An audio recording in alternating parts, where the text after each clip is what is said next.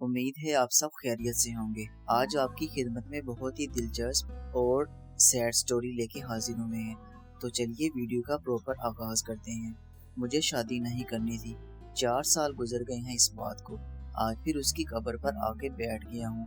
وہ وقت پھر سے میری آنکھوں کے سامنے گھوم رہا ہے، وہ وقت مجھے پھر سے یاد آ رہا ہے جب میں شیروانی میں تھا۔ یار پلیز میرا گریبان چھوڑ دو، کوئی دیکھ لے گا۔ وہاں کمرے میں میری بیوی میرا انتظار کر رہی ہے۔ فائزہ بولی، چپ، ایک دم چپ، یہ بیوی کے الفاظ تمہارے منہ سے نکلے کیسے؟ ابھی تو میں زندہ ہوں، میں مری تو نہیں؟ تم نے میرے ہوتے ہوئے میرے سامنے کسی اور کے ساتھ شادی کر لی۔ یار میں کدھر جاؤں، قسم سے میں مر جاؤں گی۔ یار سمجھنے کی کوشش کرو۔ اس نے مزید میری شیروانی کا گلا پکڑا۔ میں بولا، فائزہ پلیز چپ ہو جاؤ یار پلیز، میں مجبور تھا۔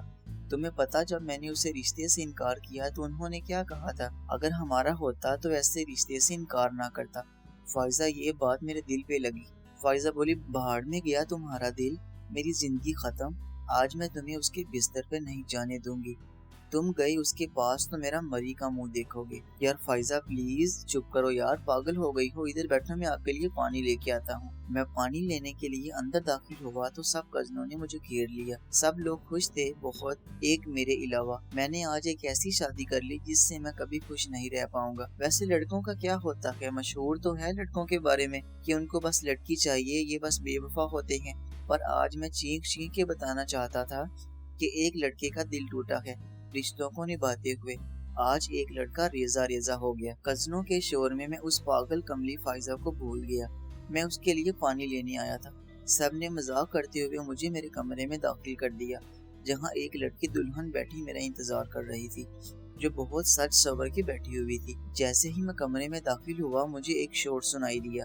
اسی وقت میں پیچھے پلٹا اور بھاگ کر گیا تو دیکھا وہاں زمین پر کوئی تڑپ رہا تھا۔ ہاں، یہ وہی کملی فائزہ تھی جو اپنی آخری سانسیں لے رہی تھی۔ بھائی یقین کرو، آنکھوں کے سامنے اندھیرا سا چھا گیا۔ ہائے میری جان! میں نے بھاگ کر گود میں اٹھایا اور زور سے چیخا، گاڑی نکالو۔ گاڑی کی پیچھے والی سیٹ پہ لٹاتے ہی پلٹا تو آنکھوں کے سامنے اندھیرا سا آ گیا اور گر پڑا۔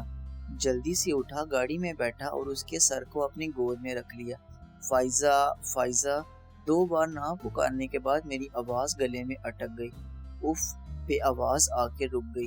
اس کے منہ سے جھاگ آنے لگی، اس کا تڑپنا بند ہو گیا، اس کی آنکھوں سے آنسو بہنے بھی بند ہو گئے تھے۔ ہسپتال کی ایمرجنسی میں اسٹریچر کا انتظار نہ کرتے ہوئے میں اسے اپنی گود میں اٹھا کے لے گیا۔ اس کا بازو لٹکا ہوا جھول رہا تھا۔ بیڈ پہ لٹاتے ہی سب ڈاکٹر جمع ہو گئے۔ پھر ایک لڑکی کاٹن بینڈیج سے اس کے پاؤں کے انگوٹھے باندھنے لگی۔ میں یہ سب کچھ برداشت نہ کر پایا تو میرے کزن نے مجھے پکڑا اور بٹھا دیا۔ میرے آنسو تھم گئے تھے، مجھے رونا نہیں آ رہا تھا، آنسو ہی رک گئے تھے۔ پھر ایک لڑکی میری طرف آئی اور کہنے لگی، سر یہاں پہ آپ سائن کر دیں۔ دن وہی، تاریخ وہی، بس وقت تبدیل تھا جب میں نے ایک ہی دن میں ایک کے نکاح نامے پہ سائن کیے اور ایک کے ڈیتھ سرٹیفکیٹ پہ۔